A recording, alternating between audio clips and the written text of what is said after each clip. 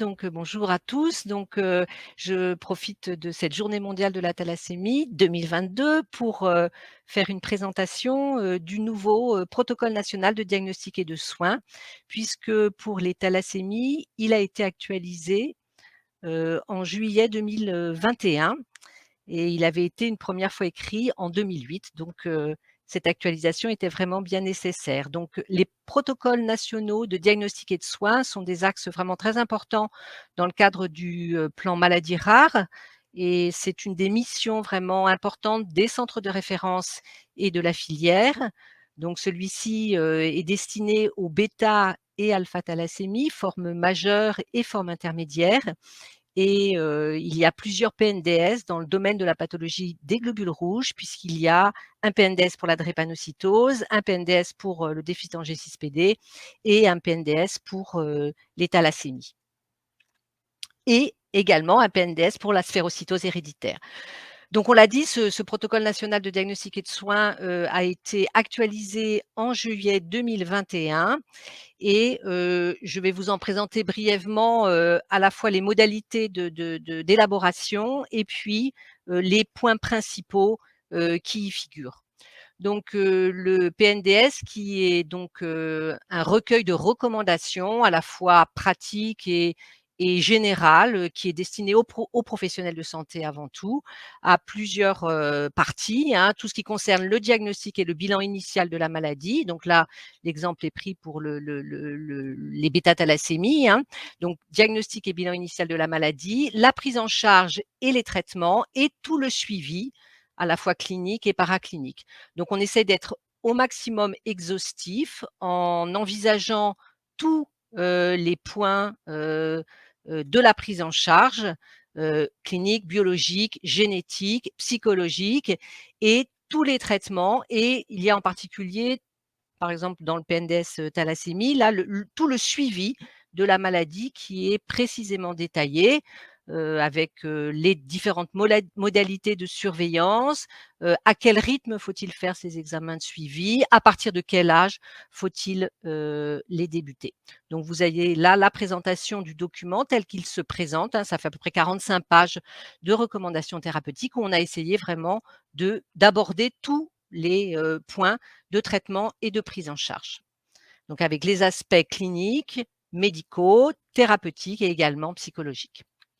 Donc le PNDS a 3 parties, le PNDS lui-même, toutes ses recommandations thérapeutiques, ce qu'on appelle les synthèses, ce qui sont des documents courts d'1 ou 2 pages où le principal est résumé, et ces synthèses sont destinées principalement aux médecins généralistes, et puis ce qu'on appelle un argumentaire. Alors l'argumentaire, c'est qu'est-ce qui a conduit aux différentes recommandations. Il y a énormément de publications médicales sur la thalassémie, hein, il y en a à peu près, enfin il y en a plus de 1000 par an, et dans toutes ces publications, il y a des essais thérapeutiques qui permettent de recommander assez fermement un certain nombre de positions, de traitements et de surveillance. Donc à côté, de l'ouvrage PNDS lui-même, il y a ce qu'on appelle l'argumentaire de ce PNDS, où est détaillé par tableau toutes les études et les principaux articles qui ont, conduit aux recommandations, et aussi bien sûr, il y a aussi des éléments de recommandations d'autres pays, qui concernent également la thalassémie. Donc à côté des bêta-thalassémies, il y a également une partie dans ce PNDS qui est, consacrée aux alpha-thalassémies. Alors elles sont moins fréquentes que les bêta-thalassémies, mais il y a en particulier, ce qu'on appelle l'hémoglobinose H, qui est une thalassémie de gravité intermédiaire et pour laquelle il y a également toutes les recommandations de prise en charge. Alors les rédacteurs, ça a été des médecins, hein, moitié adultes, moitié pédiatres, hein, donc on est 7 à avoir, assuré la rédaction de ce PNDS. Vous en avez un certain nombre qui sont présents aujourd'hui, et puis à côté de ce groupe de rédaction, il y a eu l'intervention de tout un groupe de relecture qui était très large, hein, puisque c'était très multidisciplinaire. Alors les associations bien sûr, hein, avec, la FLT qui était présente et la fédération SOS Globi, des généticiens, des biologistes, un médecin généraliste, des spécialistes d'organes, hein, c'est-à-dire, bah, ces spécialistes qui interviennent quand il y a une complication, en particulier de la surcharge en fer, donc des hépatologues, des gastro-entérologues, des endocrinologues, médecins greffeurs pour tout ce qui concerne la greffe et puis, également, une psychologue, une infirmière, un médecin généraliste. Donc de façon à ce que finalement ça soit très large et que chacun puisse, relire sa partie. En particulier, il y a eu aussi une intervention des radiologues, hein, puisqu'on a vu que l'IRM, a pris une part, vraiment prépondérante dans la surveillance, de la surcharge en fer et donc il y avait donc 2 radiologues qui ont participé à la relecture de ce PNDS.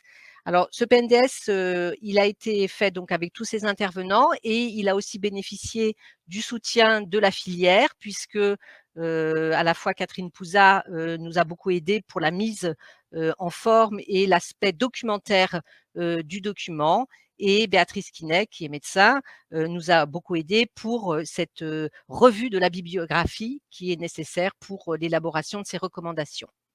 Alors quelques exemples, de ce qui est écrit dans ce PNDS, heu, les recommandations au niveau du régime transfusionnel des patients atteints de thalassémie majeure ou de thalassémie dépendant des transfusions, comme, il est plus, communément, utilisé ce terme actuellement.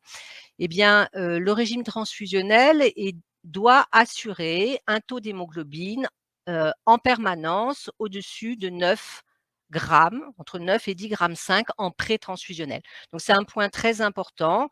Le régime transfusionnel des patients thalassémiques est un régime à haut niveau qui doit assurer un taux d'hémoglobine pré-transfusionnel élevé, qui ne doit pas tomber en dessous de 9 grammes par décilitre.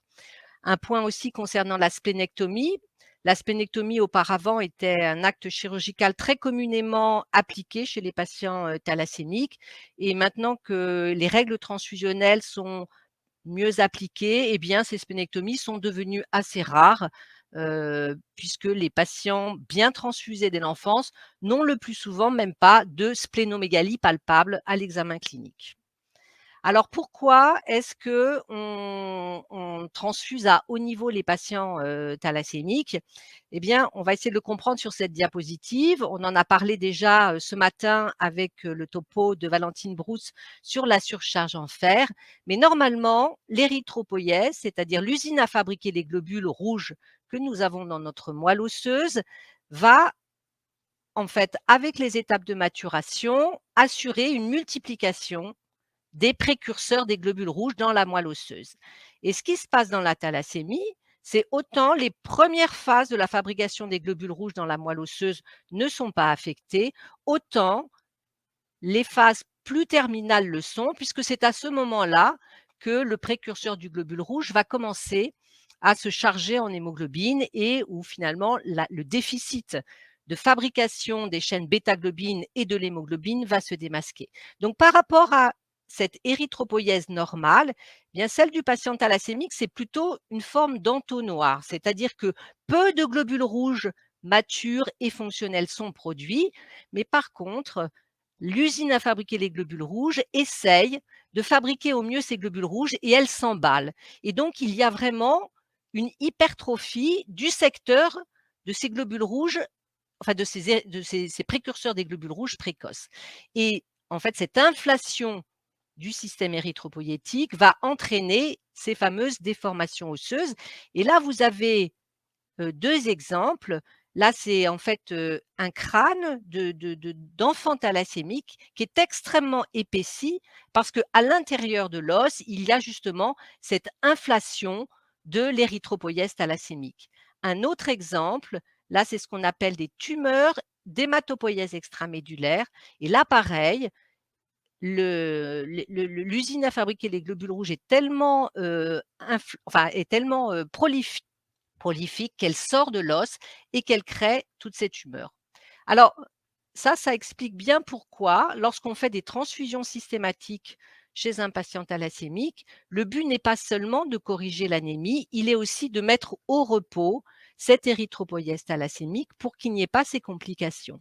Et pour mettre une érythropoïèse au repos, il faut qu'il y ait des globules rouges qui circulent en assez grand nombre et c'est pour ça qu'il est nécessaire d'assurer un taux d'hémoglobine pré-transfusionnelle au minimum de 9 grammes avant, les transfusions.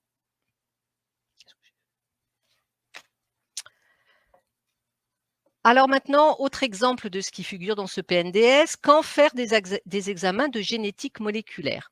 Alors, on sait que les bêta-thalassémies résultent de mutations, hein, dans le gène bêta-globine et que ces mutations, elles sont extrêmement nombreuses, hein. Il y en a plus de 300 décrites et il y a 2 grandes formes de de mutations. Il y a des mutations, dites bêta 0, quand on ne peut pas fabriquer du tout de chaîne bêta et d'hémoglobine, ou des mutations bêta plus, quand on peut le faire un peu ou moyennement ou même pas mal.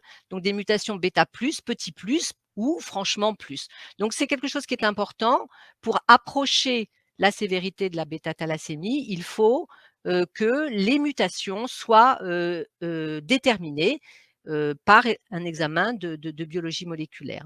On dit aussi qu'il faut, essayer de faire, un peu plus que la détermination des mutations comme examen, génétique. Aller regarder du côté des alphas, hein, vérifier le statut alpha, des patients bêta-thalassémiques et puis aussi essayer d'approcher un certain nombre de déterminants génétiques qui expliquent, s la synthèse résiduelle plus ou moins importante d'hémoglobine fœtale. On dit par contre que chez les patients hétérozygotes, il n'y a pas d'indication à aller déterminer de manière systématique, la mutation thalassémique, sauf bien évidemment si on est, en face d'un couple, de porteurs ou alors là, il est tout à fait, impératif de connaître, la mutation thalassémique. Autre point qui est bien mis en avant dans le PNDS, c'est l'importance de la surveillance par IRM. IRM cardiaque, IRM hépatique. À l'heure actuelle, l'IRM est au moins aussi importante que le suivi régulier des ferritines. On a dit que les ferritinémies étaient, avec un traitement chélateur, maintenues, à moins de 1000, idéalement, entre 500 et 1000. Mais, l'IRM, dans les éléments de surveillance, a maintenant pris une place vraiment majeure. Et là, vous avez donc, les clichés qui nous permettent d'évaluer cette surcharge en fer. Donc ça, c'est le cœur, hein. Là, c'est ce qu'on appelle le septum interventriculaire, donc c'est la zone qu'il y a entre les 2 ventricules, le droit, le gauche, et on voit que plus il y a du fer et plus le signal va être sombre et faible. C'est pour ça qu'on a parlé ce matin de T2 étoile. C'est un indice, IRM qui est abaissé par la surcharge en fer, et si on n'a pas de fer dans le cœur, on est à plus de 20 millisecondes, et si on est à moins de 20 millisecondes, on a du fer dans le cœur et plus, ce signal de T2 étoile sera bas et plus il y aura de fer. Alors par exemple, si on a 6 millisecondes de T2 étoile, il y a beaucoup de fer au niveau du cœur. Ce même examen permet de mesurer le fer aussi au niveau du foie en déterminant la valeur de la concentration hépatique en fer, liver iron content, en LIC en anglais, mais on dit, concentration hépatique en fer en français, pas de problème. Alors, on a bien, spécifié dans le PNDS quel était le rythme, de ces examens. Alors, on a dit qu'il fallait le réaliser sur un champ magnétique à 1,5 Tesla. C'est important parce qu'on a des IRM maintenant super plus puissantes, à 3 Tesla, et les valeurs qu'on a définies de surcharge en fer sont pour le moment uniquement pour les 1,5 Tesla, donc c'est quelque chose qui est important. Il ne faut pas se tromper de machine. Donc, ce T2 étoile, on veut le maintenir sous traitement chélateur à plus de 20 millisecondes, c'est-à-dire qu'on ne veut pas avoir de surcharge en fer cardiaque. L'examen, on peut le faire dès l'âge de 6 ans, quand il n'est plus nécessaire de faire, une sédation, hein, quand il n'est plus nécessaire de faire une anesthésie générale pour, faire cet examen, et on propose un intervalle entre 2 examens d'IRM cardiaque en fonction de l'existence ou non de la surcharge. S'il y en a pas, T2 étoile supérieure à 20 millisecondes tous les 2 ans. S'il y en a, soit elle est sévère et c'est tous les 6 mois, soit elle est moins sévère, entre 10 et 20 millisecondes, et à ce moment-là, on peut faire l'examen une fois par an. On a aussi, parlé, dans ce PNDS du traitement, des surcharges en fer cardiaque, hein, parce qu'on l'a vu ce matin dans le registre, la première cause de mortalité des patients thalassémiques majeurs reste le cœur, et donc il est vraiment, important de suivre cette surcharge en fer et d'essayer d'adapter le traitement si, la surcharge en fer cardiaque est présente. Et finalement, les 3 médicaments chélateurs dont on dispose, le Desferal, la défériprone, le déferazirox, sont 3 molécules qui sont actives sur le fer cardiaque. Elles ont toutes les 3 montré qu'elles étaient capables d'améliorer ces T2 étoiles lorsqu'il y avait une surcharge en fer. Et donc, lorsque la surcharge en fer est entre 10 et 20 millisecondes, donc elle est moyenne, eh bien, on peut poursuivre une monothérapie par l'un de ces 3 médicaments, à condition que cette monothérapie soit bien conduite, bien prise et bien surveillée. Par contre, lorsqu'il y a un T2 étoile inférieur à 10, donc là vraiment on est dans des surcharges, plus importantes, eh bien il faut intensifier le traitement avec un traitement, une bithérapie préconisée qui associe des sphérales et des fériprones.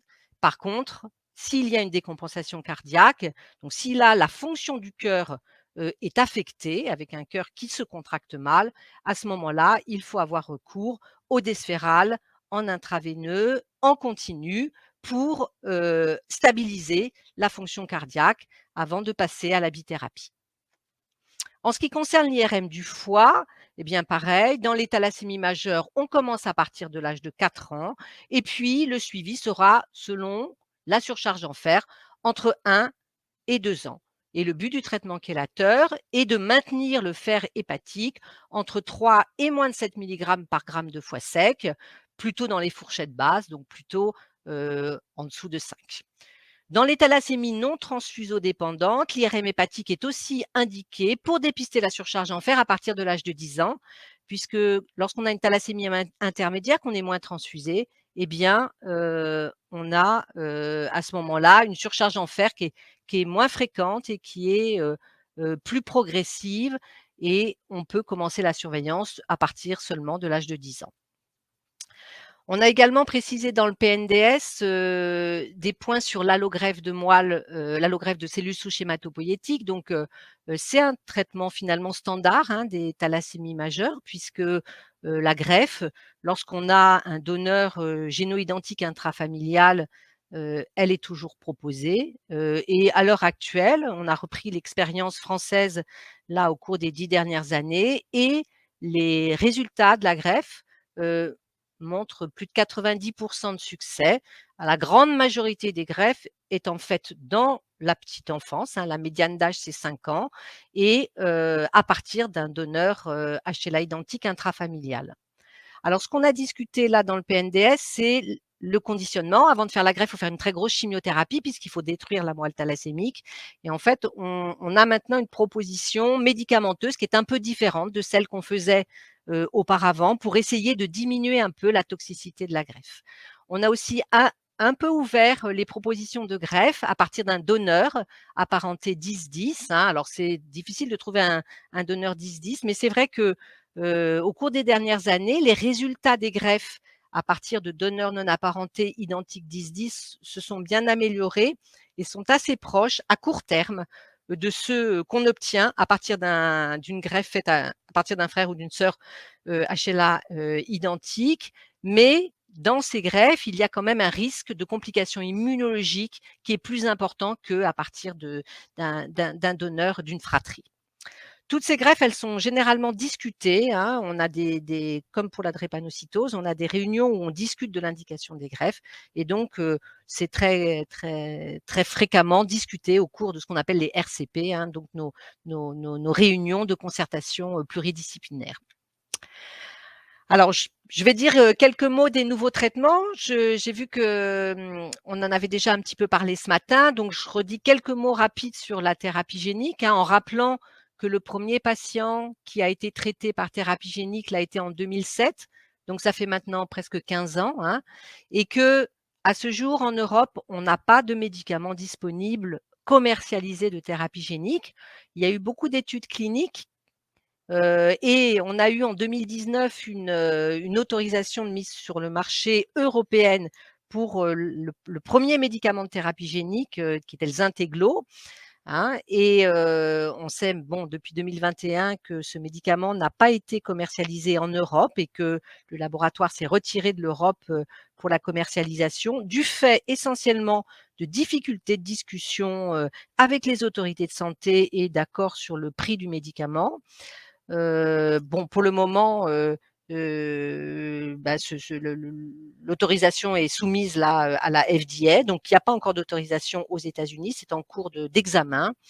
Et à côté de cette thérapie génique, par Zynteglo, qui était donc ce qu'on appelait une thérapie génique par addition de gènes, c'est-à-dire qu'on pratique une greffe, de ses propres cellules souches hématopoïétiques qui ont été génétiquement modifiées et on a apporté, ce gène bêta qui est muté dans la thalassémie, eh bien, on a apporté un gène bêta normal qui permet de fabriquer des chaînes bêta et de fabriquer, de l'hémoglobine.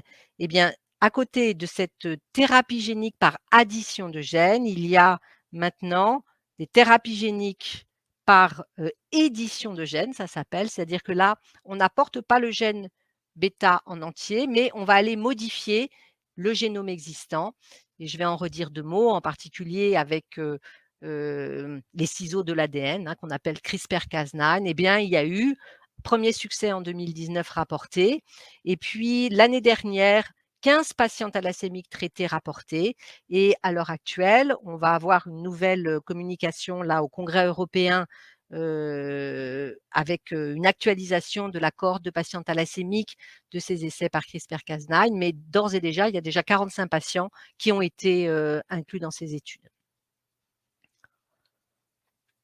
Alors, la thérapie génique par édition de gènes, elle est dérivée de ce schéma qu'on a sous les yeux. Donc vous savez que l'hémoglobine fœtale, elle est utilisée, par le fœtus, comme son nom l'indique, parce que c'est une hémoglobine qui capte bien l'oxygène, donc qui va favoriser le passage de l'oxygène du sang de la maman au fœtus pour assurer sa croissance.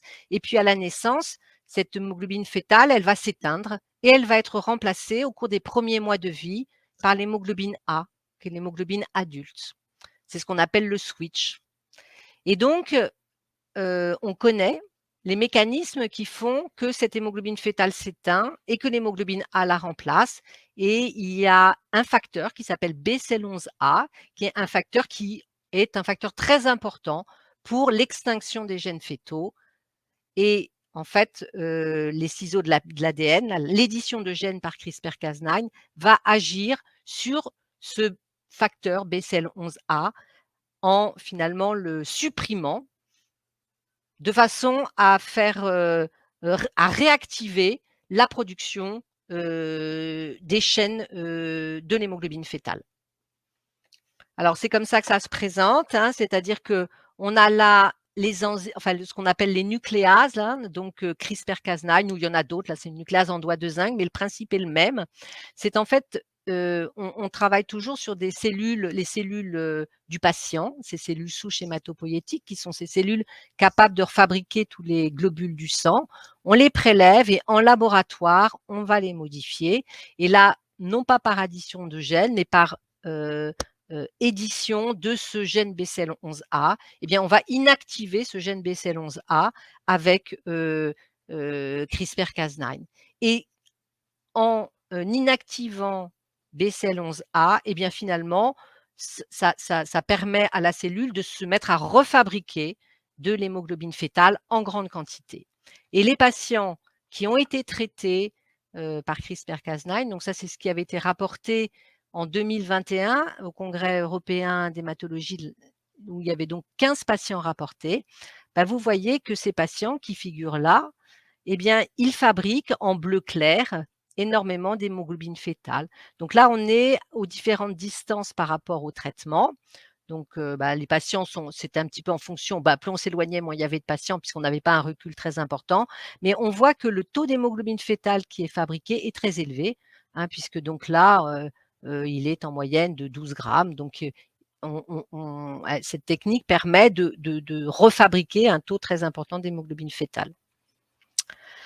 Voilà, donc à suivre, hein, on a encore un délai, enfin un recul qui est un peu faible, mais là on va commencer à avoir plus de données, hein, sur l'évolution à plus long terme et aussi, sur la safety, hein, de cette nouvelle procédure de thérapie génique.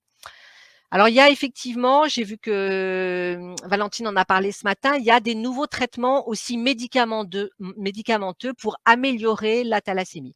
Alors c'est pas des médicaments qui ont une ambition curative, hein, puisque, c'est des médicaments qui améliorent les choses, mais qui ne vont pas faire disparaître les transfusions.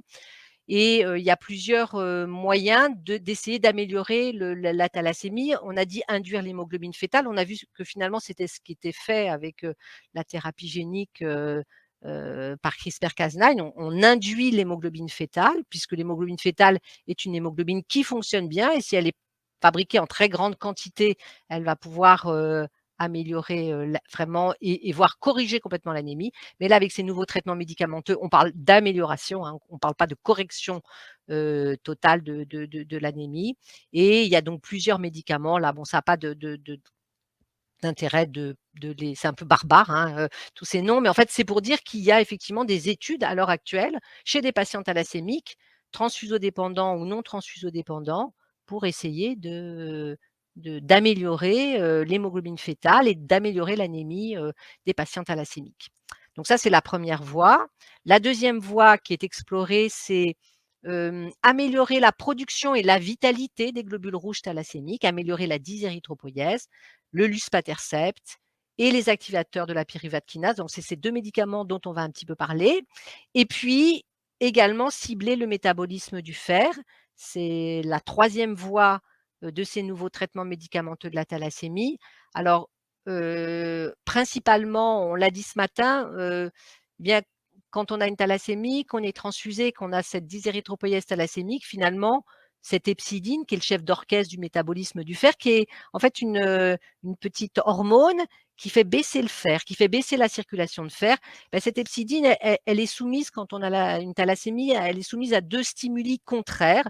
Il y a un stimuli qui lui dit: «J'ai trop de fer» et puis un stimuli qui dit: «J'ai besoin de fer» et le stimuli qui dit: «J'ai besoin de fer», c'est à cause de cette érythropoïèse thalassémique dont on a parlé, où en fait cette inflation des précurseurs, érythroïdes demande du fer pour essayer de fabriquer les globules rouges. Donc l'hepcidine finalement, quand on a une thalassémie, elle est plus basse que ce qu'elle devrait être et donc on essaye de trouver des médicaments, c'est mini hepcidine ou des médicaments qui stimulent l'hepcidine, ben, on va essayer de la faire remonter, hein, pour que, le fer circule moins et de ce fait abîme moins les organes.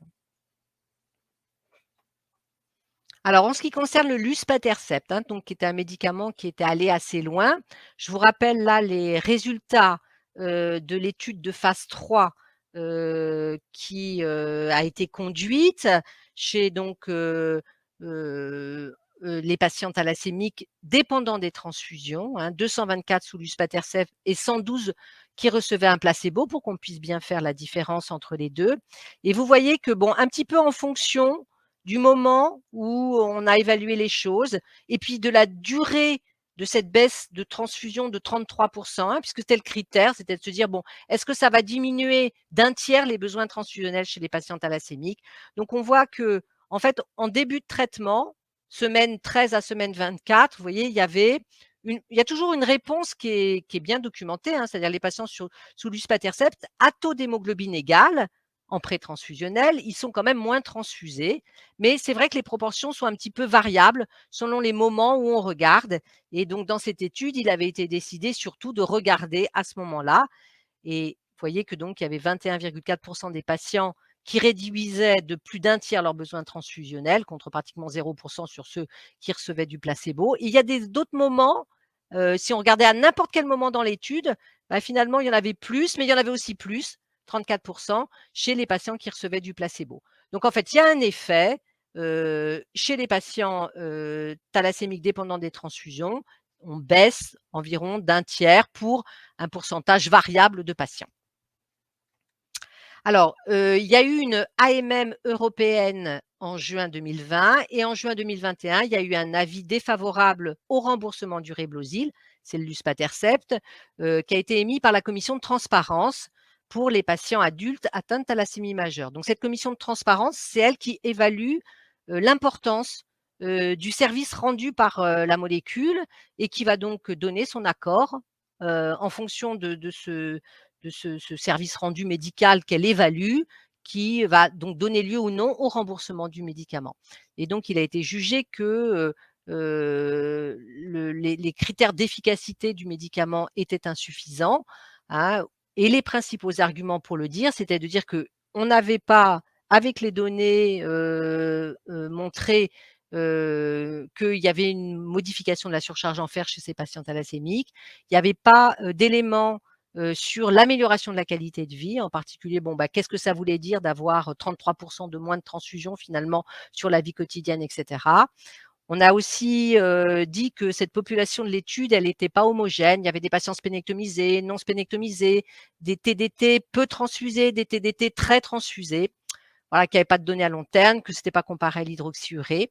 Et donc, en fait, avec ça, le médicament donc n'est pas remboursé, donc il n'est pas utilisable. Il n'empêche que donc le Reblozyl a poursuivi son développement puisqu'il y a une étude, qui a été menée et qui est maintenant terminée et publiée sur, les patients atteints de formes non transfusion dépendantes, les thalassémies intermédiaires, où là, on a montré que 77 des patients montaient au moins d'1 gramme leur hémoglobine et 1,5 gramme pour 50 que les scores de fatigue étaient très clairement améliorés par le médicament et donc ce dossier, pour les formes non transfusodépendantes, est à nouveau déposé et en France également. Il y a une étude pédiatrique qui est également en cours. Et le deuxième et le dernier médicament dont je voulais parler, ça s'appelle le mitapivat. Alors ça, c'est en fait un médicament qui va améliorer le fonctionnement d'une enzyme du globule rouge qui s'appelle la pyruvate kinase. Alors bien sûr, ce médicament a d'abord été utilisé chez des patients qui avaient un déficit de cette enzyme du globule rouge, mais comme ça améliore le métabolisme énergétique du globule rouge, c'est un médicament qui finalement a été aussi essayé dans d'autres anémies, la thalassémie, la drépanocytose. Et il y a une étude qui a été faite chez les patients atteints de thalassémie intermédiaire, non transfusodépendants, et on a montré là qu'il y avait également une amélioration de l'anémie, assez importante, 1,3 g en moyenne, et pour 16 sur 20 patients, une augmentation du taux d'hémoglobine d'au moins 1 gramme. Bon. Ce médicament est maintenant en cours d'étude dans les thalassémies dépendantes des transfusions, avec une étude internationale de phase 3, c'est-à-dire randomisée contre placebo. Et l'objectif dans les formes de thalassémie majeure, ça sera une réduction de moitié des transfusions. Et dans les formes non transfusion, non transfusodépendantes, il y a également une autre étude qui est en cours, randomisée contre placebo. Donc, 2 études en parallèle qui vont évaluer ce nouveau médicament. Donc, en conclusion, au niveau des nouveaux traitements, bah, les choses quand même se poursuivent. C'est sûr qu'il y a eu une très grosse déception vis-à-vis du Zynteglo, qui était quand même un traitement qui était efficace dans 90 des cas, avec des résultats qui se maintenaient à long terme, hein, et aussi pas de problème enfin, pas de problème identifié à ce jour de leucémie secondaire chez les patients thalassémiques. Et donc, bon, bah, qui poursuit son développement aux États-Unis. Mais c'est vrai qu'on a été très, très déçus et bien sûr vous, mais nous aussi, hein, de pas pouvoir continuer avec ce traitement. Mais il faut voir qu'il y a quand même de sérieux espoirs parce que la thérapie génique, c'est une nouvelle, un nouveau traitement. Il y a de nouvelles techniques, hein, là on a parlé de cette histoire de CRISPR-Cas9, mais il y a aussi d'autres prouesses techniques qui font que vraiment on est en train d'arriver à faire des choses très importantes au niveau modification du génome pour ces maladies génétiques. Et puis vous voyez qu'il y a quand même aussi un certain nombre d'études de molécules qui ne vont pas vous faire guérir de la thalassémie, mais qui vont arriver à améliorer l'anémie et faire qu'on est un petit peu moins transfusé, ou un petit peu ou bon, si on arrive à 50 là, ça peut être intéressant quand même et de ce fait aussi, probablement, avoir un rôle aussi sur la surcharge en fer qui reste la complication principale, de la thalassémie.